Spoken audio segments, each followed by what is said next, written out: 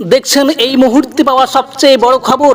ফের কোচবিহার জেলায় বিজেপিতে ভাঙন। বিজেপি ছেড়ে তৃণমূল কংগ্রেসে যোগ দিলেন প্রধান। লোকসভা ভোটে তৃণমূলের বড় জয়ের পর থেকে লাগাতার ধস নামছে পদ্ম শিবিরে। কোচবিহার উত্তর বিধানসভার ঢানঢিংগুড়ি অঞ্চলের গ্রাম পঞ্চায়েতের প্রধান মাম্পি সরকার দাস কোচবিহার জেলা তৃণমূল কংগ্রেসের জেলা সভাপতির হাত ধরে বিজেপি ছেড়ে তৃণমূল কংগ্রেসে যোগদান করলেন। এর আগেও এই অঞ্চলে বিজেপির 3 পঞ্চায়েত সদস্য যোগদান করেছিলেন তৃণমূল কংগ্রেসে। আজ সেই অঞ্চলের প্রধান মাম্পি সরকার দাস যোগদান করলেন। তৃণমূলে যোগদানের পর মাম্পি জানান, মানুষের উন্নয়নের জন্য বিজেপি ছেড়ে তৃণমূলে যোগদান করলেন তিনি। বলেন, বিজেপিতে থেকে সেভাবে উন্নয়নের কাজে সামিল হতে পারছিলাম না, তাই তৃণমূল কংগ্রেসের যোগদান করে দিদির উন্নয়নমূলক কাজকর্ম আমরা সাধারণ মানুষের কাছে পৌঁছে দিতে পারবো।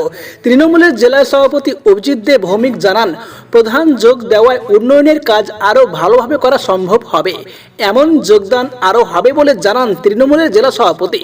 কোচবিহার কেন্দ্রের নিশীথের পরাজয়ের পর থেকে একের পর এক গ্রাম পঞ্চায়েত হাতছাড়া হয়েছে বিজেপির। ভয় দেখিয়ে পঞ্চায়েত দখল করার অভিযোগ তুলেছেন বিরোধী দলনেতা শুভেন্দু অধিকারী। ভোট পরবর্তী হিংসা নিয়েও সুর চড়িয়ে চলেছে পদ্ম নেতারা। তো বন্ধুগণ, আশা করি আপনারা বুঝতে পেরেছেন। এই ছিল আপডেট।